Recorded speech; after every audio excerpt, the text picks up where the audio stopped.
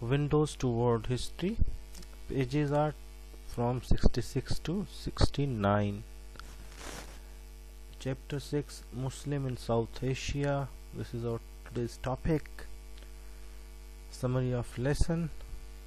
The Khilji dynasty from 1290 to 1320 CE. His rulers were Alauddin Khilji, and reforms introduced by Alauddin's rule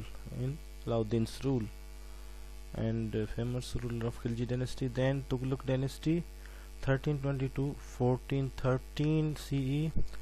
His famous rulers Muhammad Tughlaq, Ibn Muhammad Tughlaq and Feroz Shah Tughlaq, and a famous personality Ibn Battuta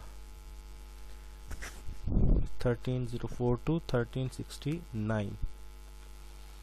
You will be able to understand the reasons behind failures of the Mughal Muhammad Shah Tughlaq.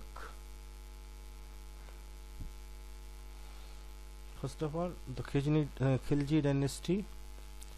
Now, Khilji dynasty was established by Jalaluddin Khilji because after death of Balban, his grandson was defeated by Jalaluddin Khilji. Balban's grandson was defeated by Jalaluddin Khilji, and who took the title of Feroz Shah I. This was the title of Jalaluddin Khilji, the founder of the Khilji dynasty, and he was the first sultan of that Khilji dynasty. He became the sultan in 1290, and this dynasty was continued 30 years, 1290 to 1320. The Khiljis were said to be Turks who had settled in Afghanistan. From then onward, the Delhi Sultanate shifted from the influence of the Turks to the Afghans. This is how the Turk influence was shifted from Turks to Afghans. They ruled over the Sultanate for the next 30 years. Now, then after Jalaluddin Khilji, or we can say Feroz Shah I, the next ruler of this dynasty was Alauddin Khilji. Alauddin, he ascended the throne and he organized a large army to extend his kingdom and protect it from all types of internal and external threats. What were the external threat and what were the internal threats? Internal threats were intrigues about his rule, and the other Rajputs were fighting against them.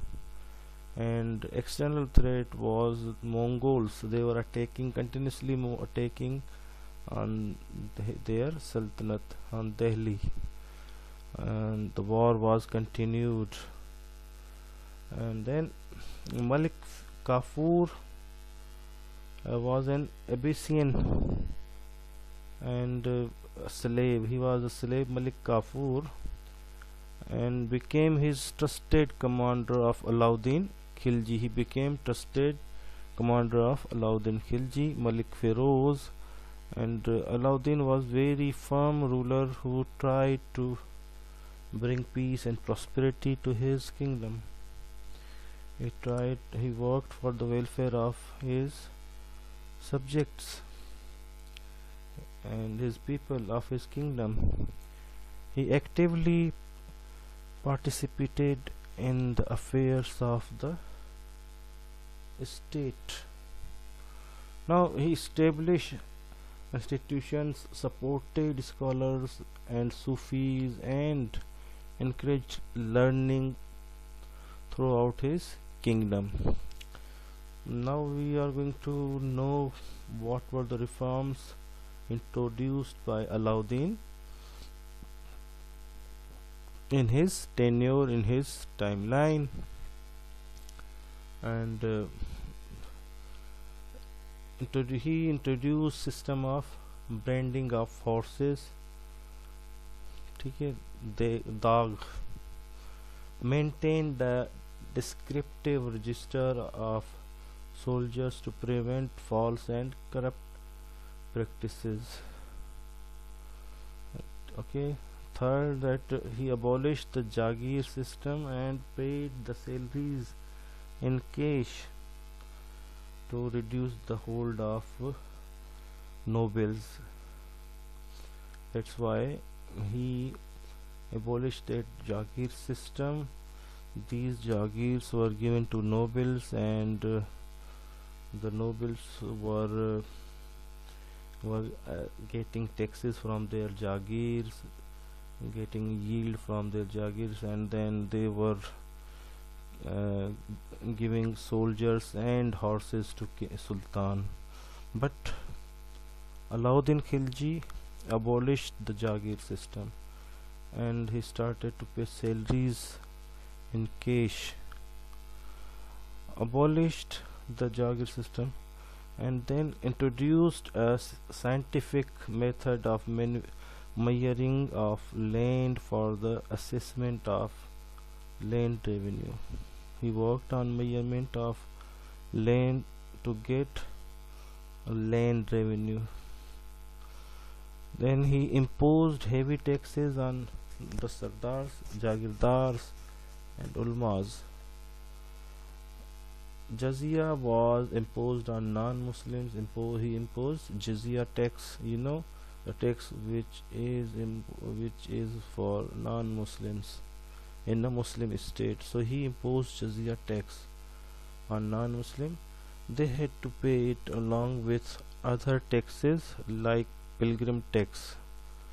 They were paying with other taxes like pilgrim tax, and they were also paying jizya tax. And so he introduced the salaries of revenue officials. He increased salaries of revenue officials to avoid them, to stop them, clamp down on bribery and corruption. He increased their salary that they would not bribe or do corruption, only the revenue officials. Now next slide, moving towards Tughlaq dynasty. We learned about Khilji dynasty. Now moving towards Tughlaq dynasty. It was founded in 1320. It was founded by Ghiyasuddin Tughlaq. He was a strong general, and he founded Tughlaq dynasty in 1320 CE. It was continued up to 1430, almost 93 years. And he became the Sultan. His 5 years rule came to be an abrupt, and in 1325, when he was killed in an incident, and his son Muhammad Tughlaq succeeded him. Then after his death in 1325, he ruled for 5 years. He was killed. Ghiyasuddin Tughlaq was killed in an accident, and his son was Muhammad Tughlaq, who became king. Now Muhammad Tughlaq was intellectual with extensive knowledge of Quran, fiqh, poetry and subjects like mathematics, philosophy and astronomy. So he was a polymath. He had command on several subjects at a time. He could also speak many languages. Muhammad Tughlaq took some decision that caused confusion during his reign. Now he made two wrong decisions which were failed actually. and one of them was he minted coins, and you can observe, you can see those coins at the right bottom of this slide. These coins were minted by him. These were copper coins. Now what happened when his government minted these coins? People were making these coins at their homes, and after making their coins they were changing exchanging these coins with silver coins. This is how the treasury of Muhammad Tughlaq's treasury was emptied.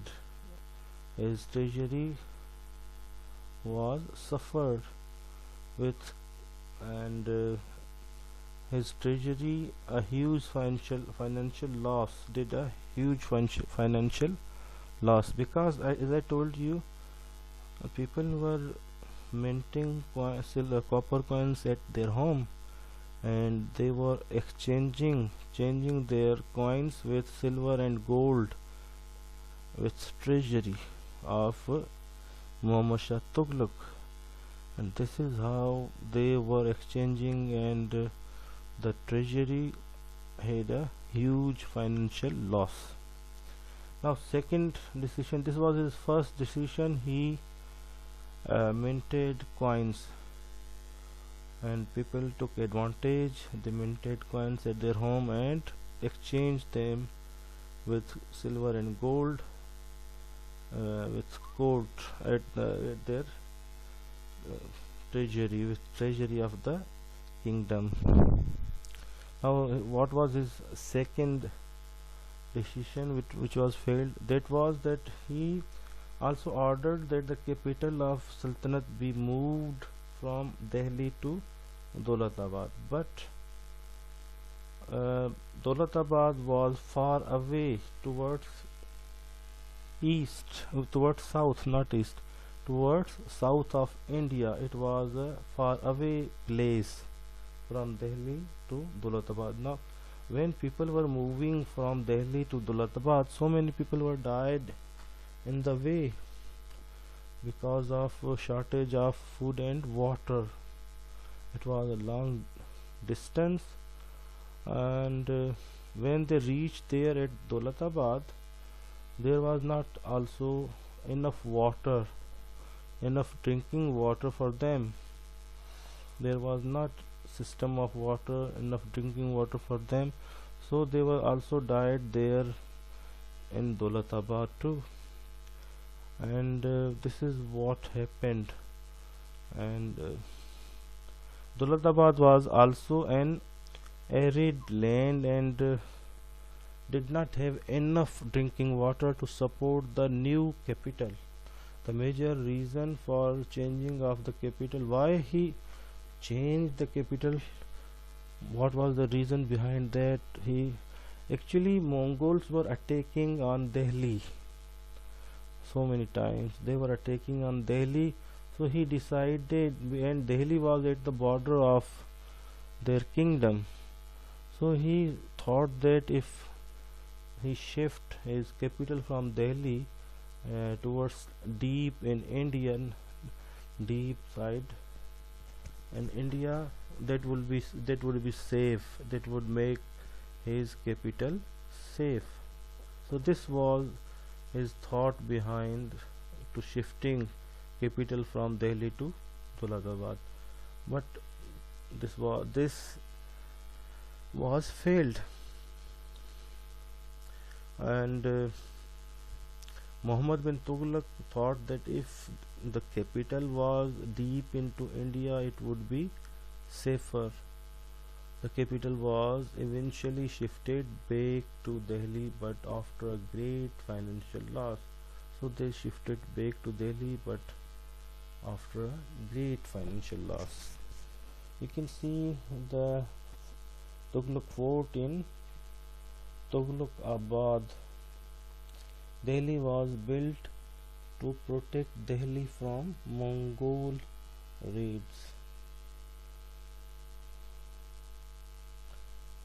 It was built to protect Delhi from Mongol raids.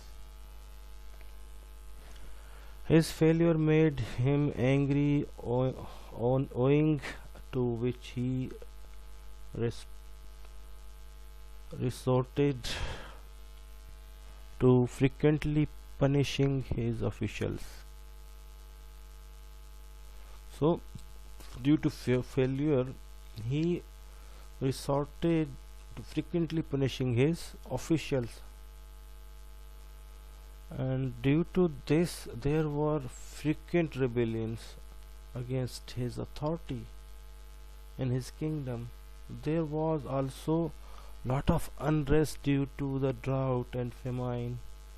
There were droughts and famine, but by the time he died in 1351 CE, after rule of 26 years, the territory of Delhi Sultanate had shrunk considerably. Territory was reduced, shrunk considerably, became very small area. So that was very small area under the rule of Tughlaq dynasty. Why? As I told you, Mongols were capturing their areas, attacking and capturing the areas. So by his death, the Sultanate shrunk. Now moving towards Ibn Battuta, you must have listened his name. Muhammad Ibn Battuta was a Moroccan Muslim traveler. He was a traveler. He traveled so much area. He was a geographer, jurist, judge and explorer. He set out on his travels at the age of 21 and journeyed through Asia and Africa.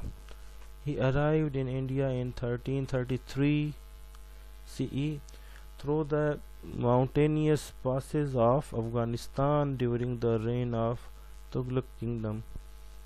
Ibn Battuta was given the position of a Qazi or judge in the royal court, where he stayed for almost 7 years.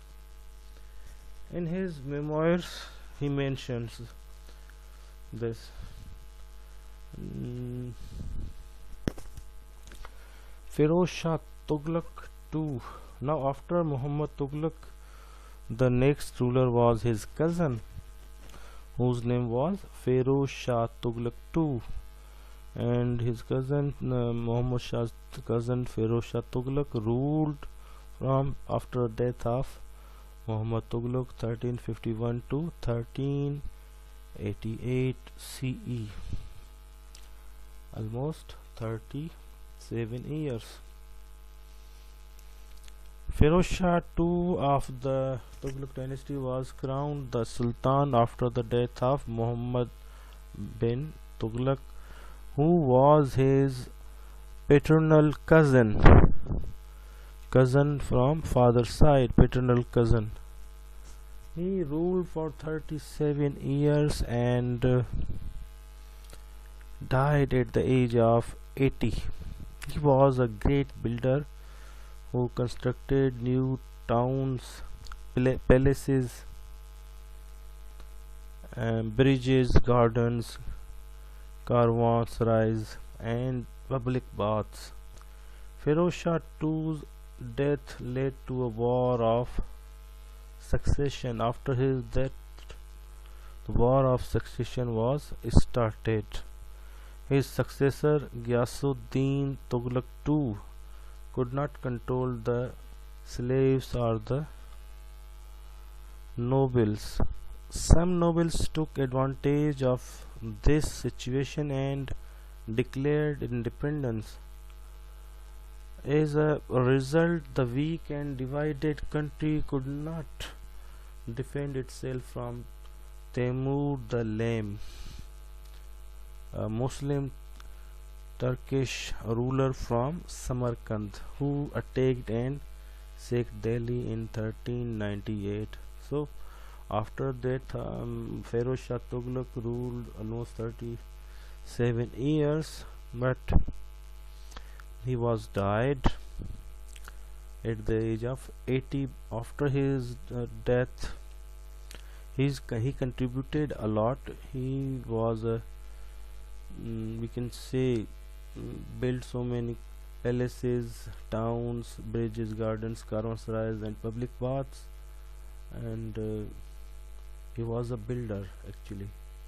He had a great interest in building. So Pharaoh Shah, after his death, the war of succession was started.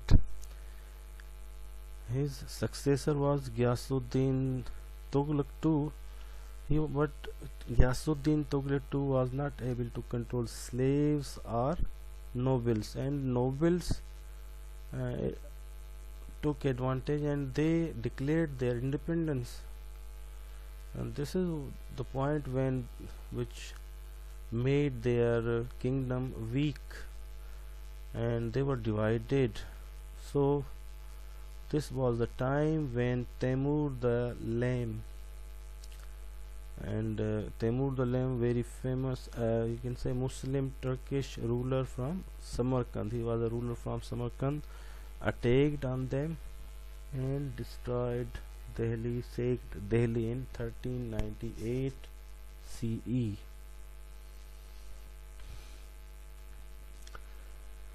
Now this is the assignment. After reading and understanding the topic from textbook pages 66 to 69, answer the following questions. Question 3. Which period of the Delhi Sultanate would you like to live in? I mean, you learned about two, three period of time. There was a period time of Khiljis, Alauddin Khilji, and then we read about the tenure of Muhammad Shah Tughlaq, Tughlaq's tenure, Muhammad Shah Tughlaq, Feroz Tughlaq, and you have to mention, you have to write at which period of Delhi Sultan would you like to live in, but you have to give reasons. What is the reason behind it? Question number 4. Which two decisions of Muhammad Tughlaq's caused problems and why? We discussed these two problems. First one was about the minting coin. He minted copper coins, and people started to make their coins at their home, and they were exchanging their copper coins with silver and gold from treasury. This is how the treasury of Muhammad Shah Tughlaq had a great loss. And second was he decided to move his capital from Delhi to Dolatabad. You have to write down about these two decisions, why these problems, why were these problems caused him.